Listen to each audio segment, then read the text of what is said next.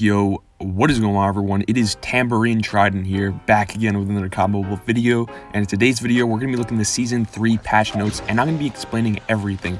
It was very confusing when I first looked at it, so just know that it's all attachment based. So it's not nerfed directly to that gun, it's directly to that attachment for that gun. So I did a lot of research. Hope you guys do enjoy the video. Like the video if you enjoy, subscribe if you're new, and let's get right into it.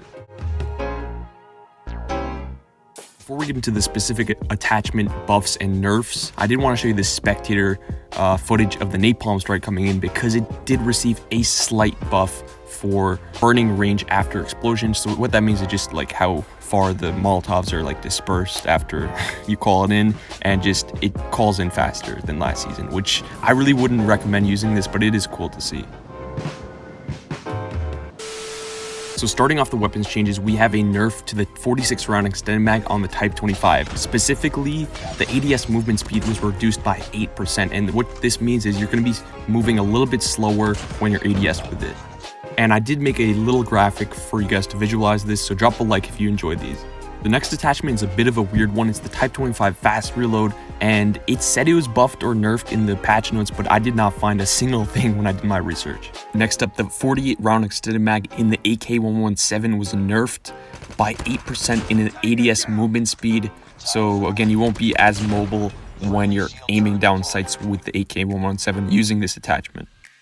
Next, we have a nerf to the YKM integral suppressor by 0.7% reduction to the ADS bullet spread, so basically nothing for.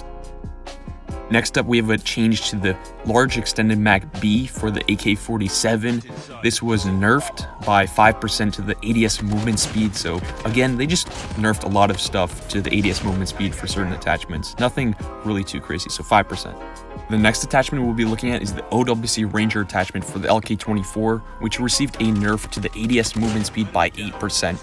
I know it's kind of repetitive at this point, but I'm just doing assault rifles first, so ADS movement speed nerfed by 8%.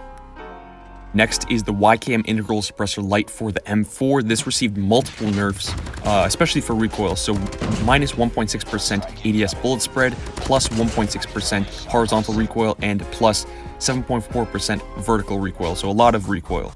Next up, we have the 39 round extended mag for the M16, which received a minus 4% nerf to, you guessed it, ADS movement speed.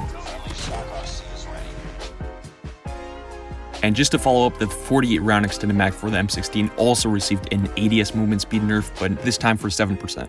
Now, before we get into the buff and the nerf for the RTC long barrel for the XPR50, I do want to touch on snipers in general. They did not get nerfed this far. It's only 4 days into the season when I'm making this, but it may change in the future. Now, for the RTC long, it did receive a nerf for ADS movement speed by 15% and a small buff to ADS bullet spread by 0.7%.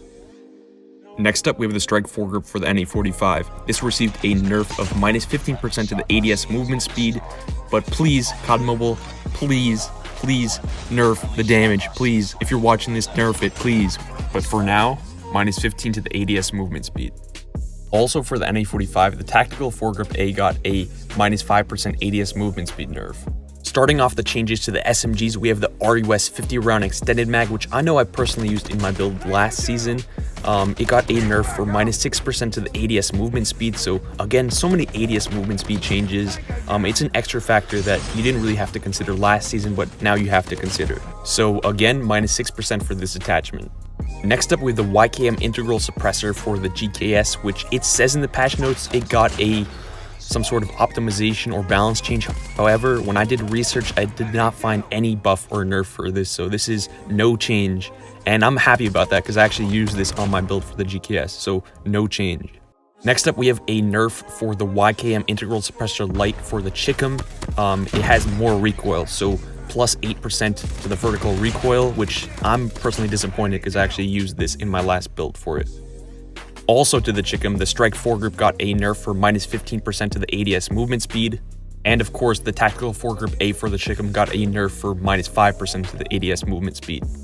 The MIP light extended barrel for the Razorback got a minus 5.6% ADS bullet spread, not movement speed, nerf.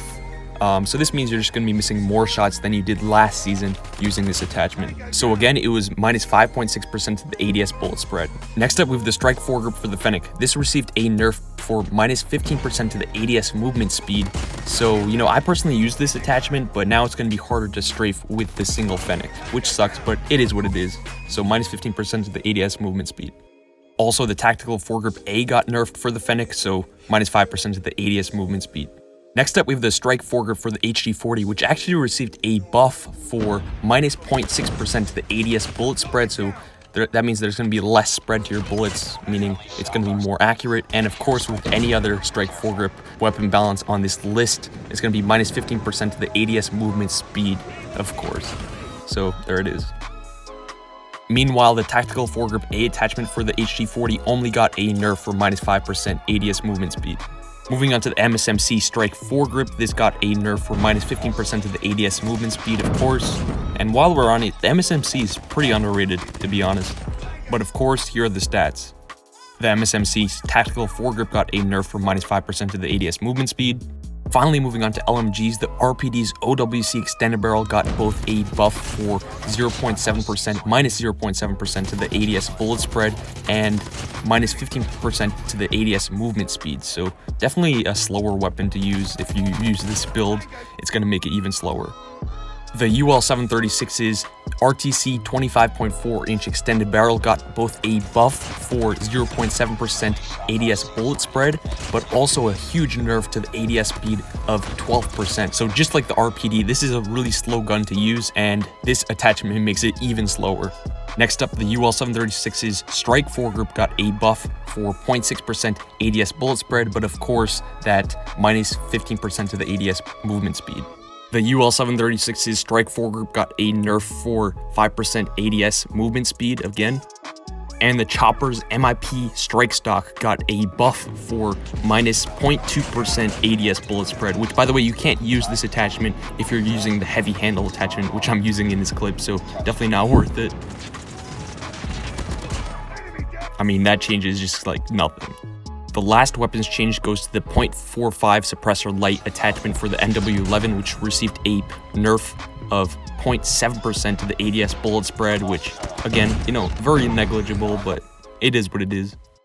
Alright, you made it to the end of the video. I hope you did enjoy. Now, like I've said at the beginning, these are all attachment-based buffs and nerfs, so a lot of them are just very negligible and not much has changed. But I did want to cover this because a lot of people have been asking what actually happened to the patch notes, so I wanted to cover everything and give you an exact explanation. As far as weapons-based buffs and nerfs, they actually announced yesterday that they are releasing weapons-based buffs and nerfs sometime mid-season, like they did last season, why the QQ9 was so OP last season. So unfortunately, the Deagles, like I see here, the Man of War is still very OP, so hopefully they nerf those as well as the NA45. I'm just hoping. So I hope you guys did enjoy the video.